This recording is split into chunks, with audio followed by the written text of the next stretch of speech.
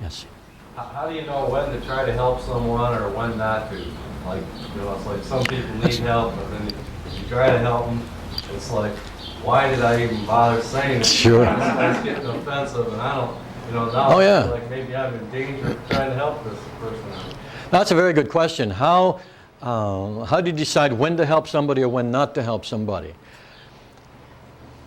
I'm going to give you several ways to look at this. First of all, an old ground rule that can be used by anybody is to always ask permission. Do you want help? That won't always resolve it, because some people will say yes and then box your ears when you try, but usually only because they're afraid. But this is a ground rule that you can't go wrong with. Always ask permission. Right?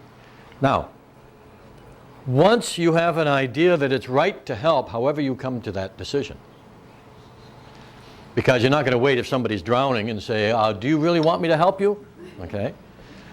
But once you come to your own decision of that it's right to do something, you've got to remember, in this tradition we have 4 levels that we can work at.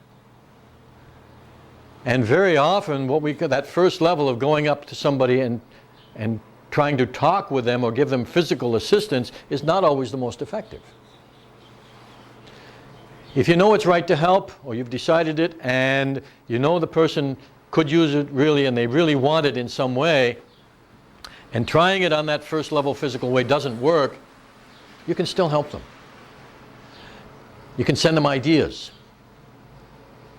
You can think of them, and then in your mind think of ideas in which they could help themselves, or ideas of things they could try, or ideas of people that they might go to get help. Now, it doesn't seem as strong as doing something physical,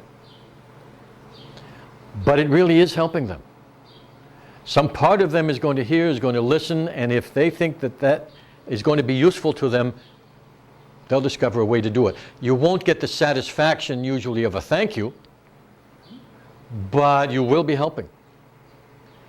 And then we have in this tradition some other ways where you can do dream work on their behalf, and you can use a technique called grokking, but that's when you really want to get serious with this stuff. But in the simplest way, if you can't send them ideas, then send them good thoughts. And if you can't do anything else, here's a really good thing that you can always do. You think of them, and then you imagine them surrounded by a field of love. That's it. Just imagine them surrounded by love. You don't have to do anything. Love is always going to be the solution in some way or another. You don't even have to like them a lot to be able to send them love. See? Just imagine that this love is giving them the best they can, the best they can have, the best they can accept, the best they can do.